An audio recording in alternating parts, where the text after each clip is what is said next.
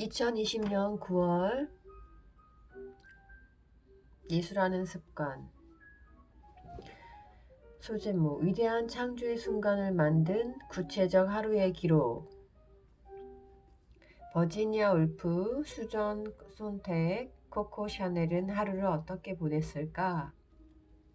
반복적 행위에서 창조적 영감을 길어올린 여성 예술가들의 이야기. 자기 일을 사랑한 예술가들이 말하는 무시무시한 자발성과 몰입, 엄격한 루틴, 스스로와 맺는 약속과 원칙. 까탈스럽고 지독한데 한편으로는 아름답고 뜨겁다. 작가 임경선. 지은이는 메이슨 커리.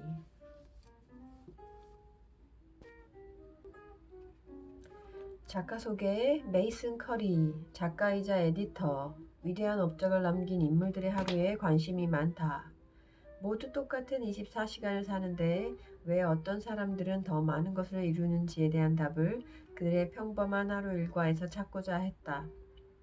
그때부터 소설가, 작곡가, 화가, 영화 감독 등의 하루 루틴과 작업 습관을 찾아다니기 시작했다. 데일리 루틴이라는 블로그를 만들어 자신이 찾아 모은 정보를 업데이트했으며 그 결과물을 모아 2013년에 리추얼을 출간했다. 예술하는 습관은 남성 예술가의 비율이 확연히 높았던 리추얼의 한계를 극복하기 위해 펴낸 책이다. 일상적인 걱정거리에 물들지 않았던 남성들의 이야기가 현실과 다소 거리가 있었다면 집안일과 창작을 동시에 처리해야 했던 여성으로 초점을 돌린 이 책은 좌절과 타협이라는 새로운 지평을 연다. 메이슨 커리는 메트로폴리스에서 편집장으로 활동했고 현재는 뉴욕타임스, 월스트리트 저널 등에 글을 기고하고 있다. 서문. 소제목: 예술가의 위대한 성취는 일상의 단조로운 반복에서 시작된다. 나는 2013년에 소설가, 시인, 화가, 작곡가, 철학자들의 등의 뛰어난 사람들의 일상을 간략하게 요약한 책 리추얼을 출판했다. 그 책을 낼 수 있어 자랑스러웠고 예술가들의 창작 과정을 지켜보고 싶어하는 독자들이 있다는 사실에 기뻤다. 베토벤이 아침에 마시는 커피 한 잔에 커피콩 60개를 정확하게 헤아려 넣었고 게오르게 발란티친이 다리미질을 하면서 최고의 작품을 완성했으며 마야 안젤루가 작고 지저분한 호텔방에서 사전 하나와 성경, 카드 한 벌, 쉐리주 한 병을 갖다 놓고 글을 썼다는 이야기에 관심을 가지는 독자들이 있었던 것이다. 하지만 지금에서야 인정하지만 그 책에는 크나큰 결점이 있었다. 내가 소개했던 161명 가운데서 여성은 단 27명 뿐이었다는 것이다. 여성의 수는 전체의 17%도 되지 못했다. 이 정도로 성비 불균형이 확연하게 드러나는 책을 어떻게 출간할 수 있었을까? 뭐라고 대답할 말이 없다. 나의 상상력의 부족으로 더욱 많은 여성들의 이야기를 좀 더 열심히 찾아보지 않았고 그것이 가장 후회되는 점이다. 그러한 불균형을 바로잡아보려고 뒤늦은 노력에서 예술하는 습관이 탄생했다. 나는 훌륭한 사람들의 루틴을 엿봄으로써 동기부여를 얻고 싶어하는 사람들에게 진정으로 유익한 책을 만들고 싶었다. 나도 작가로서 갖가지 장벽에 자주 부딪히기에 다른 사람들은 대체 어떻게 시간을 관리하며 창작하는지가 궁금했다. 매일 글을 쓰거나 그림을 그리고 작곡을 했을까? 주말에도 일했나? 창작 작업을 하면서 어떻게 생활비를 벌고 잠을 충분히 자고 다른 사람의 삶을 돌봤을까? 습관을 만들어가는 문제는 해결할 수 있었다 해도 그보다 더 힘든 자기 확신과 자기 관리의 위기에는 어떻게 대처했을까? 전작 리추얼에서는 그 의문들을 간접적으로나마 풀어냈지만 유명한 남성들을 주로 소개한 탓에 그들이 헌신적인 아내와 하인, 상당한 유산, 그리고 몇 세기 동안 누적된 특권에 힘입어 장애를 극복했다는 문제가 발생했다. 그 바람에 동시대 독자들이 모델로 삼을 수 있는 유용성이 감소했다. 이와는 대조적으로 여성으로 초점을 돌리자 좌절과 타협이라는 새로운 지평이 열렸다. 물론 이 책에도 특권층이었던 여성들이 나오기에 책의 인물 모두가 일상생활에서 끊임없이 장애를 극복하며 살았던 것은 아니다. 하지만 대다수가 그런 환경에서 살았다. 대부분의 여성들이 여성의 창의적 작업을 무시하거나 거부하는 사회에서 성장했고, 전통적인 아내와 엄마, 주부의 역할보다 자기 표현 욕구를 우선시하려다가 부모나 배우자의 강한 반대에 부딪혔다. 이들 중 많은 이들에게 돌볼 자식이 있었고, 부양가족의 욕구와 자신의 야망 사이에서 힘겨운 선택을 해야 했다. 이 책에서 소개하는 많은 여성은 모두 각자의 분야에서 뛰어난 인물이지만 대중들에게 반드시 널리 알려진 인물들은 아니다. 그런 탓에 독자들에게 익숙한 인물은 아닐 수도 있다. 그래서 그들의 일생을 요약하고 그들의 작업 형태를 살펴보는 데에도 지면을 상당 부분 할애했다. 또한 인물의 가족관계도 더욱 세심하게 조명했다. 많은 예술가들에게 자식과 애정에 굶주렸거나 다루기 힘든 배우자는 그들의 시간을 뺏어가려고 경쟁하는 주요한 주체였다. 그래서 그들의 현실적인 일상을 보여주려면 그들이 어떻게 창의적 작업과 가정의 의무 및 걱정거리를 동시에 잘 처리했는지를 설명해야 했다. 과학적인 직업유지를 동원했는지, 시간을 영리하게 쪼개서 사용했는지, 전략적으로 특정 업무들을 소홀히 했는지, 혹은 이 중 몇 가지를 동시에 사용했는지를 설명하는 것이 중요했다. 그것은 또한 앞서 언급했듯이 자신의 창의성, 물자 조달의 매듭을 풀려고 애쓰는 동시대 독자들에게 더욱 도움이 될 만한 책을 쓰고자 한 노력의 일환이기도 하다. 여성들이 마주했던 일상적인 장애를 가능한 한 정확하게 포착하고 그 위기를 어떻게 극복했는지를 충분하게 설명하고 싶었다. 미란다 줄라이, 행위 예술가, 작가, 영화감독, 배우 등 경계를 뛰어넘어 다양한 활동을 하는 전방위 아티스트. 각본, 연출, 주연을 맡은 영화 Me and You and Everyone으로 각종 영화제에서 신인상을 휩쓸며 이름을 알렸다. 소제목, 산책이 글쓰기에 미치는 영향. 줄리아는 자신을 위한 규칙을 세우고 다양한 각도의 죄의식과 독설, 기만을 쌓아 올리며 일한다. 줄리아가 즐겨 쓰는 정신적 수법 가운데 하나는 그다지 다급하지 않은 다른 일에 손대어 우선순위 프로젝트를 회피하면서 일을 미룬다고 자신을 질책하는 것이다. 어느 시점에는 동시에 작업해야 최고의 작품이 나온다는 사실을 알면서도 말이다. 아이를 가지면서 줄라이의 책무가 더욱 커졌다. 아이를 갖자마자 자기 관리 올림픽에라도 출전하는 것 같았죠. 그러니까 이제 몸 좀 풀어볼까? 하루에 45분씩 쓰면서 소설 한 권을 완성할 수 있을지 알아보자고 하는 오기가 생기는 거예요. 사실 줄라이는 임신해서 아들을 출산해 3살이 될 때까지 키우는 동안 최초의 데뷔 소설 최초의 나쁜 남자를 쓰기 시작해서 완성했다. 아이를 본모에게 30분 동안 맡겨놓고 제 방에 가서 아무 글이나 막 썼어요. 지금 생각해보니 그 시간이 저에게 정말 필요했네요. 줄라이가 말했다. 줄라이는 현재 로스앤젤레스에서 살고 있다. 대체로 아침 6시 30분쯤 일어나 최대한 오랫동안 엄마로서의 할 일을 처리하고 나서 아들을 학교에 데려다주고 9시쯤에 작업실에 들어간다. 주로 혼자 일하지만 매일 아침이면 옷차림에 세심하게 신경을 쓴다. 옷을 차려입는 걸 좋아해요. 옷을 잘 차려입으면 우울증이 사라지는 것 같거든요. 그냥 제 모습을 바라보고 이 세상에 어울리게 입었는지 확인해보죠. 비록 제 자신은 이 세상에 속해 있지 않더라도 말이에요. 줄라이는 작업실에 가기 전에 급히 꺼야 하는 불이 없는지 집에서 이메일을 재빠르게 확인한다. 일단 작업실에 도착하면 즉시 인터넷 차단 소프트웨어를 3시간에서 6시간 동안 작동시켜 놓고 글을 쓰기 시작한다. 그러다 나가서 무작정 걷기도 한다. 걷고 있을 때면 가끔은 속을 땡땡이 치고 놀고 있는 기분이 들기도 해요. 의자에 앉아 있어야 얻을 수 있는 아이디어가 있잖아요. 그 자리에서 작업을 해야 하고요. 글을 써야 하죠. 하지만 뭐랄까 그 자리에서 얼어붙어 버릴 때가 있어요. 말 그대로 아무것도 하지 않으면서도 일어나서 걷거나 책을 보거나 다른 뭔가를 할 수 있다는 걸 잊어버리는 거죠. 줄라이는 의자에 감금된 상태에서 벗어나 동네를 산책하러 나간다. 그리고는 아이디어가 떠오를 때마다 스마트폰으로 녹음을 해둔다. 오랜 경험 덕분에 줄라이는 산책에서 자신의 두뇌에 어느 정도 압력을 가해야 하는지를 정확하게 알고 있다. 너무 많은 압력을 가하면 안 돼요. 그냥 바깥 산책을 즐기고 있다고 자신을 속이면서 그 캐릭터는 이럴 때 어떻게 할까 같은 의문의 씨앗을 심어주는 거죠. 그러고 나서는 그냥 흘려버려요. 줄라이는 수백 개의 음성 녹음을 해놓고 초고를 쓰는 동안 그 작은 경전을 다시 검토한다.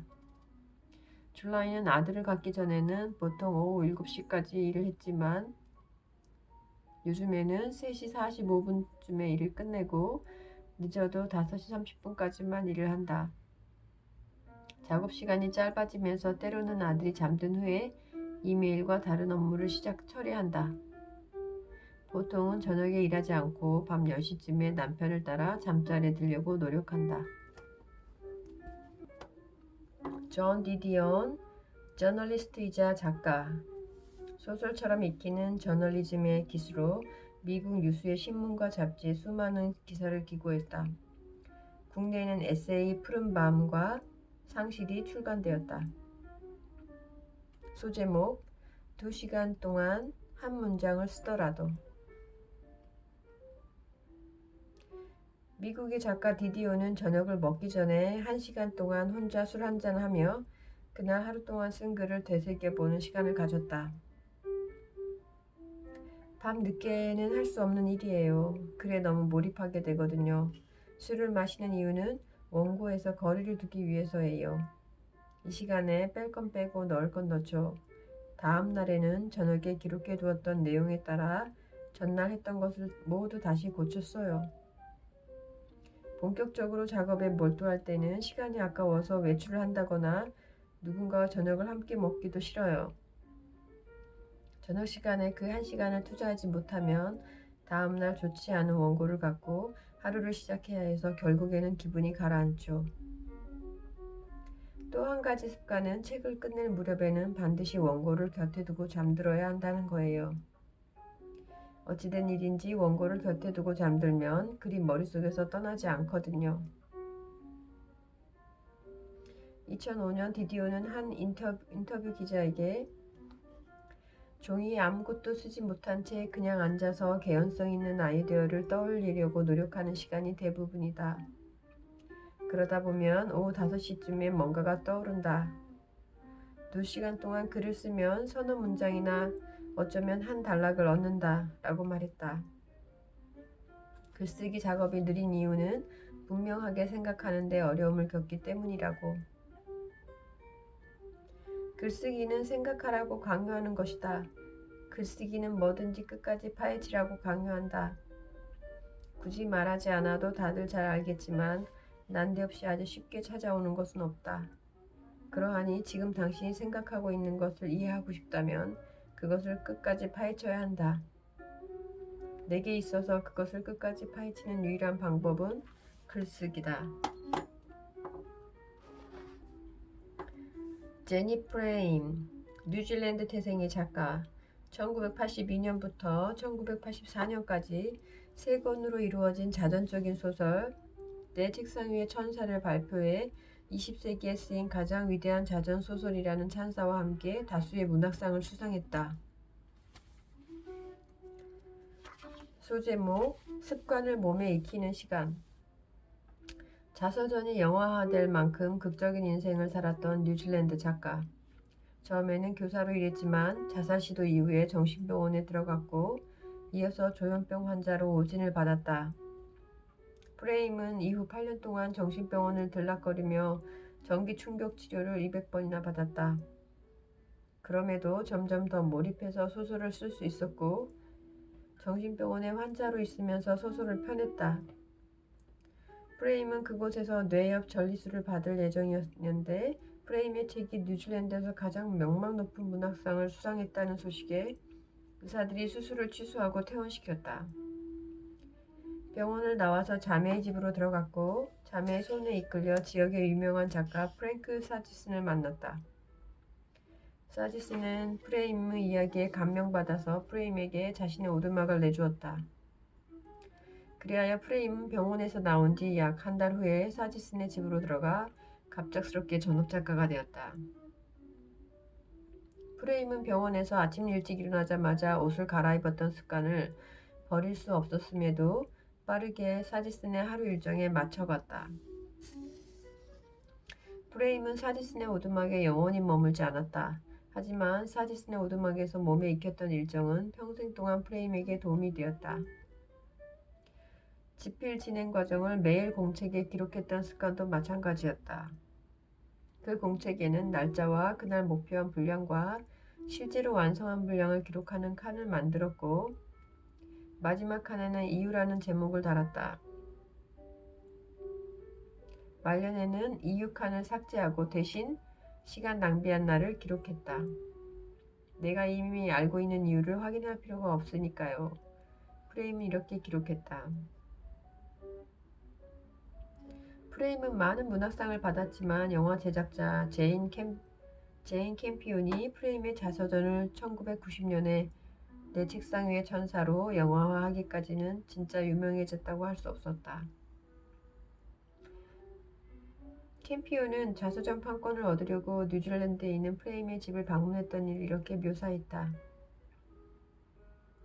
프레임은 제가 만나봤던 그 어떤 사람과도 달랐어요. 누구보다 더 자유롭고 활기 넘치는 사람이었고 정신은 지극히 또렷했어요. 프레임은 캠피온에게 어떤 잡음도 참을 수가 없어서 귀마개를 한다고 했다. 집 정면 벽에 벽돌들을 쌓아두기도 했지만 방음 효과가 전혀 없다고도 했다. 캠피온은 그 귀마개를 영화에 출연시켰다. 영화의 마지막 장면에서 프레임은 자매의 뒷마당에서 뛰어노는 아이들 소리를 차단하려고 귀마개를 쓴 채 트레일러 안에서 글을 쓰고 있다. 이 모습은 사회에 전혀 적응하지 못했지만 자신의 글 속에서 의미와 방향을 찾았던 작가에게 딱 어울리는 이미지다. 저한테 중요한 것은 글쓰기뿐인 것 같아요. 거기서 벗어나게 될까봐 매일 두려워요. 한때 프레임은 사지슨에게 이렇게 말했다. 이사벨 아옌덴 외할아버지에게 쓴 편지를 토대로 한 첫 번째 소설 영혼의 집이 출간되자마자 베스트셀러가 되면서 문단의 주목을 받았다. 이후 사랑과 어둠에 관하여 파울라 등을 펴내며 세계적인 작가가 되었다. 소제목 어느 작가의 1월 8일 칠레 출신 미국인 작가 아옌데는 1월 8일에 매번 새로운 책을 쓰기 시작한다. 1981년 1월 8일에 죽음을 앞둔 할아버지에게 쓰기 시작했던 편지는 결국 첫 소설 영혼의 집으로 출판되었다. 처음에는 미신 같은 거에 집착해서 시간 날짜를 정했어요. 1월 8일이 제게는 행운의 날이었거든요. 지금은 그 시작 날짜를 지키는 게 절제의 문제가 됐어요. 저의 인생, 일정, 그 모든 것을 그날을 중심으로 조직해야 해요.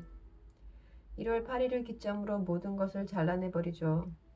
때로는 몇 달 동안 그 상태를 유지해요. 이러한 은둔 시기에 아옌데는 여행과 강연 초대, 인터뷰, 그 밖에 다른 의무들을 모두 거부한다. 초고가 완성되기까지는 이러한 상태를 유지한다. 그 이후에는 좀 더 여유있게 시간을 활용하지만 여전히 주말을 포함한 매일 아침에 일어나 글을 쓴다. 전 아침형 인간이에요. 아침 6시에 일어나요. 그 전에 일어날 때도 있고요. 우리 집 개를 곁에 둔 채 커피를 마시고 옷을 갈아입고 화장을 하고 하의를 신어요. 만날 사람이 전혀 없어도 그냥 그렇게 차려입어야 기분이 나거든요. 잠옷을 입은 채로는 아무것도 하지 않아요.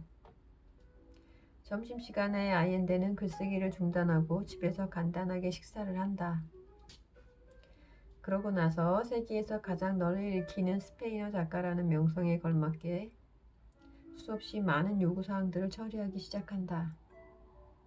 대개는 조수가 전달해준 이메일부터 확인한다. 그 이후 오후 시간은 그다지 체계적으로 보내지 않는다. 달리 할 일이 많지 않다면 오후 내내 글을 쓸 수도 있고 아니면 소설, 논픽션 구분할 것 없이 모든 자기 책들의 자료가 되는 조사를 계속할 수도 있다. 그 외에 아이엔데의 하루 일정에서 절대 빠지지 않는 것은 하루에 2번 개를 데리고 산책하는 일이다. 이 동안에는 원고에 관한 생각을 하지 않는다. 저녁에는 간단한 식사를 직접 만들어 먹고 밤 10시나 11시에 잠자리에 든다. 하루 일을 끝내고 나서 자리에 앉아 근사한 식사에 와인 한 잔을 곁들여 먹으며 음악을 듣는 환상을 품고 있어요. 하지만 다 헛된 꿈이에요. 세수할 시간도 겨우 내고 곧장 침대에 누워 골아 떨어지거든요. 아이엔데는 일주일에 7일 내내 하루에 몇 시간씩 글을 쓰지만 다른 때에 비하면 현재 일정은 느슨한 편이다. 영혼의 집을 썼을 때는 정규직 교직원으로 일하면서 2아이를 키웠다. 그래서 밤에만 글을 썼어요. 야간형 인간도 아닌데 말이죠. 주말에도 일했고요. 마침내 직장을 그만두고 집필에 전념했을 때는 월요일에서 토요일까지 아침 9시에서 저녁 7시까지 글을 쓰는 빡빡한 일정을 유지했다. 특별한 장면에 깊이 몰입했을 때는 더 늦게까지 일하기도 했다. 현재 아이엔데는 그동안 자기 자신을 너무 몰아붙였다고 인정한다. 고된 노동이 반드시 필요하다고 강조하신 엄격한 할아버지 밑에서 자랐기 때문이라고 했다. 저한테는 좋은 일이었죠. 제 인생에 많은 굴곡을 헤쳐나가는 데 도움이 됐으니까요. 지금은 마침내 안정을 찾아 평화로운 상태예요. 아주 근사한 삶을 살고 있고요. 책도 굉장히 많이 썼죠. 이제는 자신을 몰아붙일 필요가 없는 것 같아요. 그렇다고 은퇴하려는 것은 아니다. 20권이 넘는 책을 냈음에도 아이엔데는 여전히 쓰는 일을 즐긴다. 그래서 이 일을 하는 거죠. 이야기를 들려주는 것도 무척 좋아해요. 아니, 사랑하죠.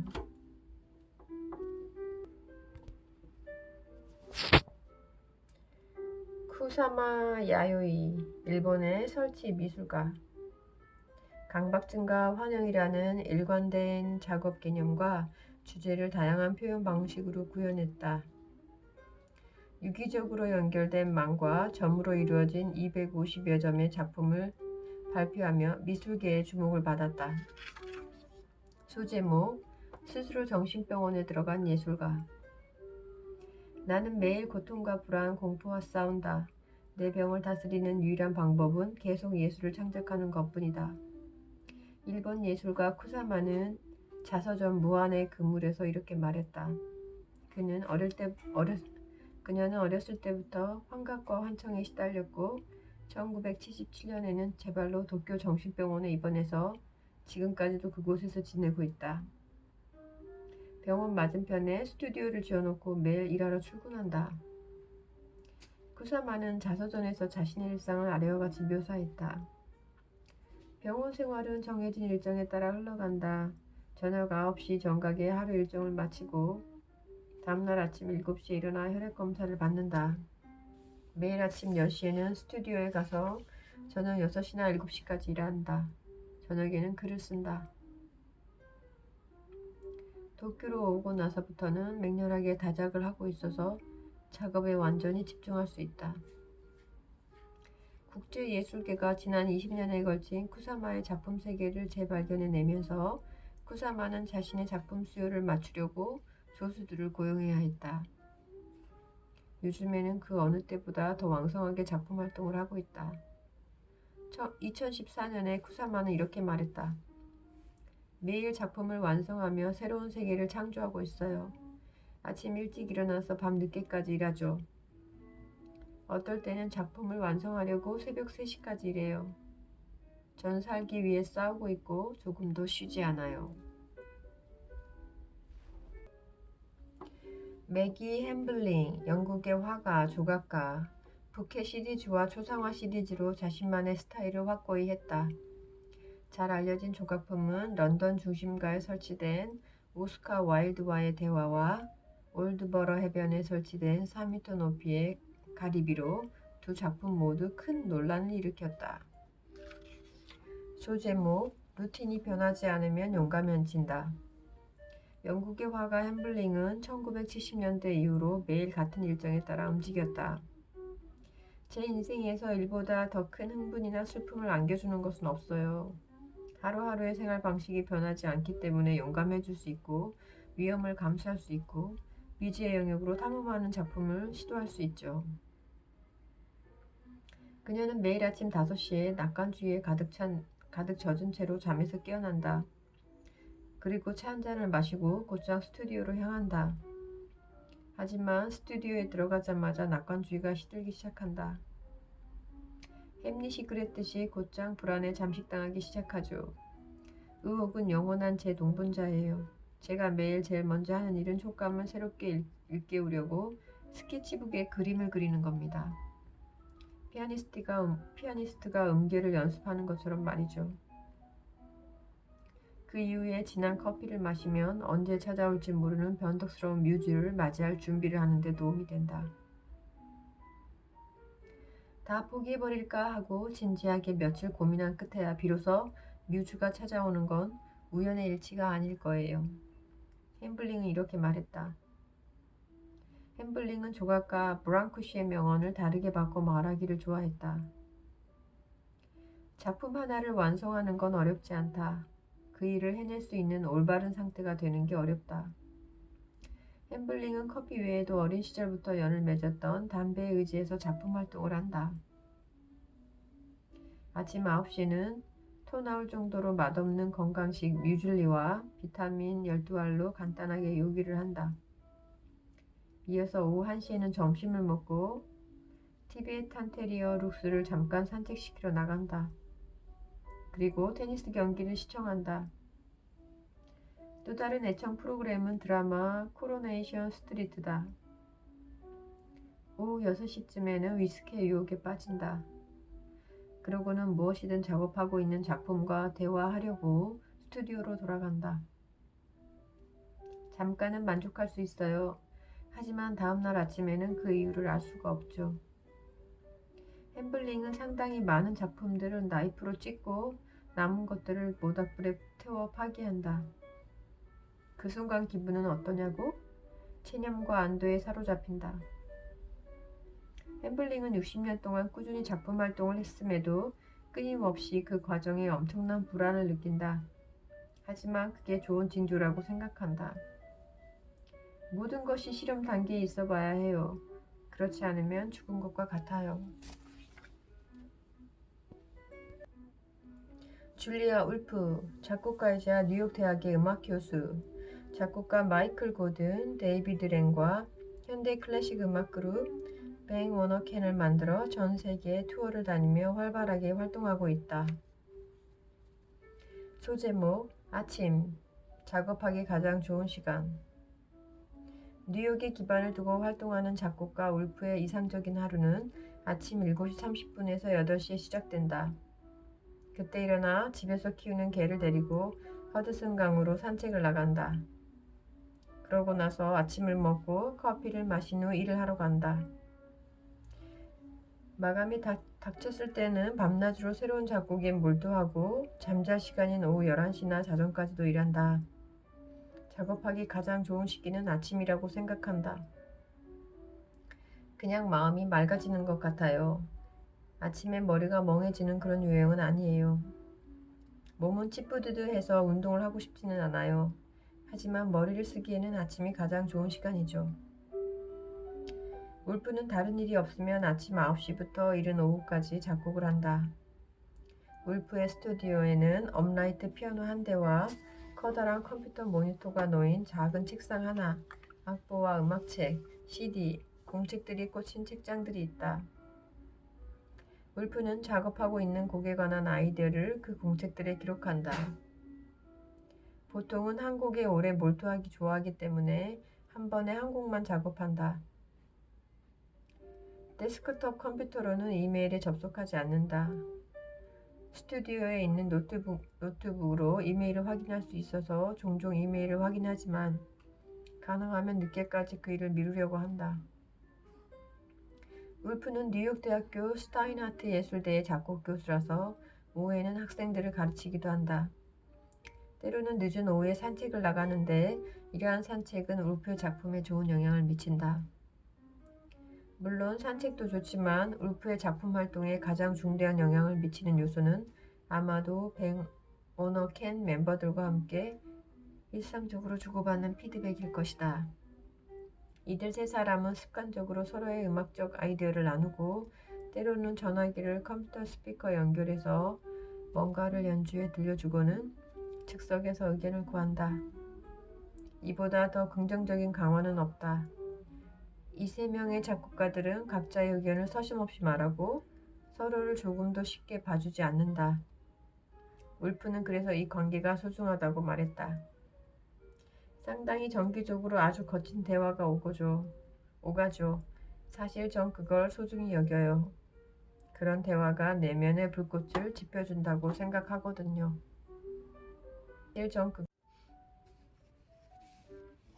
페니 허스트. 허스트는 감상적이고 낭만적인 주제와 여성의 권리와 인종 같은 당대의 사회적 이슈를 결합한 소설을 썼다. 알려진 작품으로는 군뱅이, 나를 해부하다, 삶의 모방 등이 있다. 소제목, 작가의 일은 끝이 없다. 작가들은 치아처럼 앞니와 어금니 부류로 나눠진다. 19세기 영국인 저널리스트 월터 베젓은 한때 이렇게 썼다. 허스트는 단연코 후자에 속했다. 평생 동안 300편 이상의 단편 소설을 썼을 뿐만 아니라 소설 19권과 연극 몇 편을 써서 20세기에 가장 널리 알려진 여성 작가이자 가장 높은 보수를 받는 미국인 작가들 대열에 들었다. 그럼에도 허스트는 지필이 자신과 궁합이 맞는다고 생각한 적이 한 번도 없었다. 아이디어가 글로 쓰이기까지의 고집스러운 간극에 대해 허스트는 자서전에 이렇게 언급했다. 그 개념은 마음속에서 생생하게 들끓고 글은 천천히 고통스럽게 조금씩 종이 위로 흘러나오며 그 부적당한 글을 보면 마음이 괴롭다. 이 모든 세월 동안 골치 아픈 과정에서 한시도 벗어나지 못했다. 글을 쓰고 싶은 충동과 그 고통스러운 과정이 충돌했다. 허스트는 그러한 고통에도 불구하고 성인이 된 후로 거의 매일 몇 시간씩 글을 썼다. 오랜 세월 동안 책상 앞에 앉아 5시간이나 6시간 혹은 7시간씩 글을 쓰는 작업 일정을 지켰다. 여자들의 일처럼 작가의 일도 끝이 없다. 리 크레스너, 미국의 2세대 추상표현주의 화가, 남편 잭슨 폴록의 죽음 이후 그림에 전념한 그는 정교하면서도 분석적인 독특한 화법으로 자신만의 작품 세계를 구축했다. 소제목, 악명 높은 예술가 남편과의 결혼생활. 미국의 화가 크레스너는 한때 예술을 위해 바친 가장 큰 희생이 무엇이었냐는 질문에 아무것도 희생하지 않았다라고 대답했다. 그 대답을 믿기 어려워하는 논평자들이 많았는데 그 이유는 크레스너가 잭슨 폴록의 아내였기 때문이다. 크레스너는 고등학교 시절부터 그림을 공부하기 시작했고 20대 중반에 전업 예술가가 되었고 말년에는 추상표현주의의 선구자로 널리 인정받았다. 하지만 폴록과 결혼 생활을 유지하는 14년간 남편이 화가로서 이룬 성취와 남편의 악명 높은 자기 파괴 성향에 가려 크레스너의 경력은 묻혀버렸다. 1956년에 폴록이 음주운전 사고로 사망하면서 그 악명도 막을 내렸다. 그럼에도 크레스너는 폴록과 자신의 관계가 동등했고 폴록이 언제나 자신의 작품을 적극적으로 지지해 주었다고 주장했다. 폴록은 격동적인 남자라서 그와 함께하는 삶은 결코 평온하지 않았죠. 하지만 제가 그림을 그려야 하는지 그리지 말아야 하는지 같은 문제는 절대 거론하지 않았어요. 전 제 그림을 벽장 안에 숨겨두지 않았죠. 제 그림은 그의 작품 옆에 걸려 있었어요. 두 사람이 만나 연인이 되었던 뉴욕시를 떠나자고 부추긴 사람은 크레스너였다. 크레스너는 폴록의 화랑 주인이자 후원자인 패기 구겐하임에게 $2,000를 빌려 롱아일랜드 동쪽 어촌 마을의 남방도 되지 않은 낡은 농장을 사들였다. 폴록은 그 농장의 헛간을 자신의 스튜디오로 개조했고 크레스너는 위층의 작은 침실을 자신의 스튜디오로 삼았다. 스프링스에서 폴록은 정오까지 잠을 잤고 오후 늦게까지 빈둥거리다가 헛간으로 들어가 그림을 그리기 시작했다. 반면 크레스터는 아침 9시나 10시에 일어나 위층에서 작업을 했다. 내게는 아침이 가장 작업하기 좋은 시간이었다. 스튜디오에서 한참 일하고 있으면 남편이 일어나 움직이는 소리가 들렸다. 그럼 다시 아래층으로 내려가 남편은 아침을, 나는 점심을 먹었다. 우리는 초대받지 않고는 서로의 스튜디오에 들어가지 않기로 했다. 가끔씩 일주일에 한 번쯤 폴록이 뭔가 보여줄 게 있어 라고 말했다. 혹은 잘 돼가 라고 묻거나 내 작품을 보고서 그거 괜찮네. 나 그건 통하지 않겠어 라고 평가했다. 시골 생활은 두 사람에게 좋은 영향을 미쳤다. 적어도 처음에는 그랬다. 두 사람은 집안일을 다소 공평하게 나눠서 크레스너는 요리를 맡았고 폴록은 빵을 구웠다. 정원일과 잔디밭 가꾸기도 두 사람이 나눠서 했다. 폴록은 함께 다닐 뉴욕 친구들이 없어서 처음에는 술을 적게 마셨고 그 몇 년 동안 자신의 성숙한 스타일을 특징적으로 보여주는 드립 페인팅을 개발했다. 크리스너는 자신만의 창의적인 돌파구를 찾아나갔다. 몇 년 동안 꽉 막혀 헤어나지 못하는 끔찍한 기분에 사로잡혀 그림을 그리고 또 그리고 나서야 마침내 한 비평가가 회색 패스티파이 껍질이라고 묘사했던 리틀 이미지 시리즈를 만들었다. 크리스너 자신만의 드립 페인팅 기법으로 창조한 몇몇 추상적 상징들로 캠퍼스를 겹겹이 메운 이 시리즈는 1970년대에 이르러서야 그 중요성을 인정받기는 했지만 크리스너의 가장 성공적인 작품이 되었다. 폴록의 사망 이후에도 롱아일랜드와 맨하튼을 왔다 갔다 하며 지냈다. 맨하튼 집의 침실은 스튜디오로 개조했고 작은 손님용 침실에서 잠을 잤다. 덕분에 불면증에 시달릴 때는 한밤중에 일어나 그림을 그리기 쉬웠다. 크레스너는 자신의 작업 일정을 매우 과민한 페인팅 주기라고 묘사했다. 전 아주 철저하게 작업 시간을 비워둬요. 진짜 본격적인 작업에 돌입하면 사교 모임을 피하고 완전히 고립되어 그림만 그리죠. 크레스너는 이러한 집중적인 작업 시기 사이사이의 공백기를 견디기 힘들어했다. 언제나 페인팅에 다시 몰두할 수 있기를 열렬히 바랐지만 그게 강압적으로 되는 일이라고는 생각하지 않았다. 주기에 귀를 기울여야 한다고 생각해요. 강요하지 않고 듣는 거죠. 작업이 전혀 진척되지 않을 때는 견디기 힘들어도 기다려요. 앞으로 무슨 일이 일어날지 두고 보는 거죠. 다시 작업을 시작할 수 있다면 내가 살아 숨쉬고 있음을 느낄 수 있을 거예요. 또 한 번 격하게 몰입해서 작업을 할 수 있다면 말이죠.